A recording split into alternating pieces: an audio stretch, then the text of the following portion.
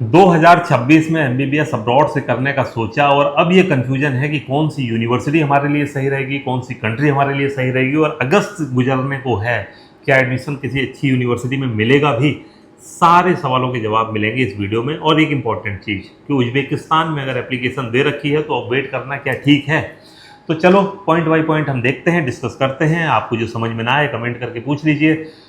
पहली चीज, उज्बेकिस्तान में अगर आपने एप्लीकेशन दे रखी है किसी भी सरकारी यूनिवर्सिटी में या प्राइवेट यूनिवर्सिटी में, अब होने वाला क्या है कि सरकारी यूनिवर्सिटीज में तो सीट्स की संख्या बहुत लिमिटेड हो गई है, तो वहां तो एडमिशन होगा नहीं। लिमिटेड कितनी कि 10 सीट है, कहीं 4 सीट है, कहीं 5 सीट है, वो तो नाम के लिए दो तीन इंडियन स्टूडेंट का एडमिशन हो जाएगा।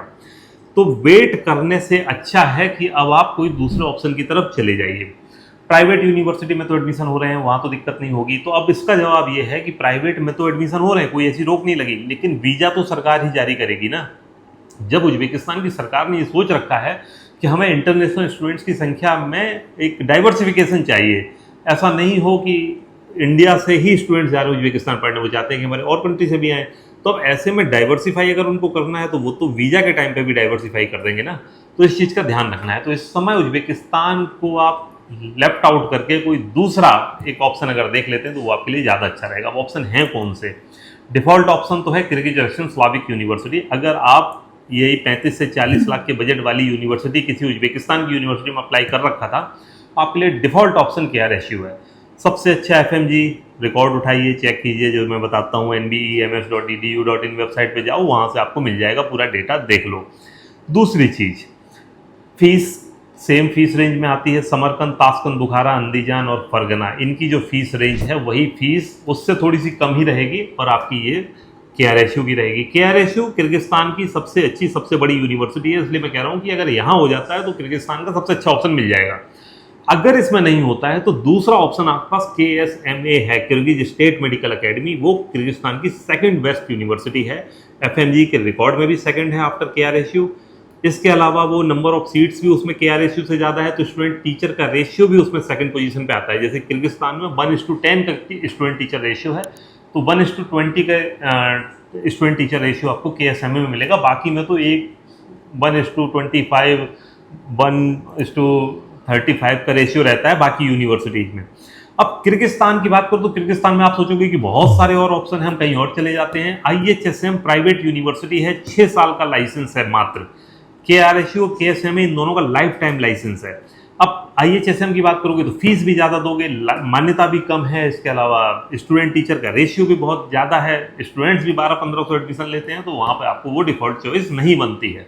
IUK में भी यही हाल है, फीस KRSU KSMA से ज़्यादा IUK की है और सुविधाएं आपको कम मिलेंगी। ओस में चले जाते हो तो छोटा शहर है, छोटी सी यूनिवर्सिटी है, फीस भी आपकी बराबर ही लगनी है। किर्गिस्तान की सरकार ने ही फीस फिक्स कर रखी है, $3500 पर ईयर से कम नहीं ले सकते। उस हिसाब से अगर आप देखोगे तो बहुत अंतर आता नहीं है। सबसे कम खर्च वाली यूनिवर्सिटीज वो 32 लाख रुपए के खर्चे में स्टार्ट हो जाती हैं, एशियन ओस वगैरह, और 34 लाख रुपए का खर्चा रहेगा KRSU का, 36 लाख का रहेगा KSMA में। तो मैं तो कहता हूं कि पूरी रिसर्च ढंग से कर लो, मेरी बात बिल्कुल मत मानो।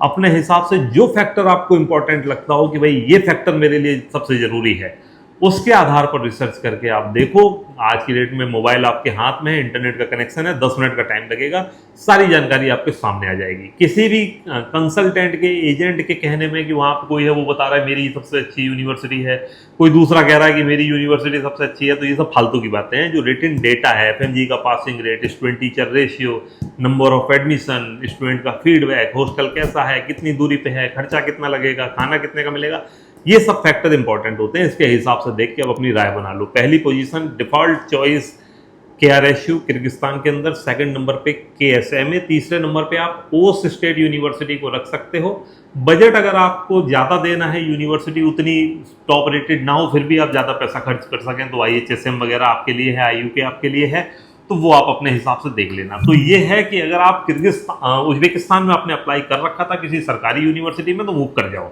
प्राइवेट में कर रखा है तो भी मूव कर जाने में ही फायदा है।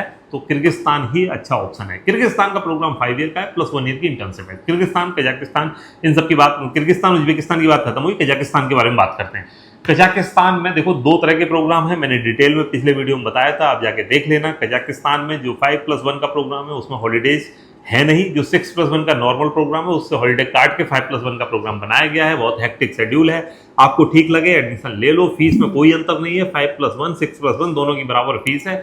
अगर आपको किसी बड़ी सिटी में, बड़ी कंट्री में जाना है तो कजाकिस्तान आपके लिए ऑप्शन ठीक रहेगा। 50 लाख से ऊपर का बजट होगा, इतनी ही जानकारी कजाकिस्तान के लिए पर्याप्त है। बाकी सब चीज़ें बहुत अच्छी हैं।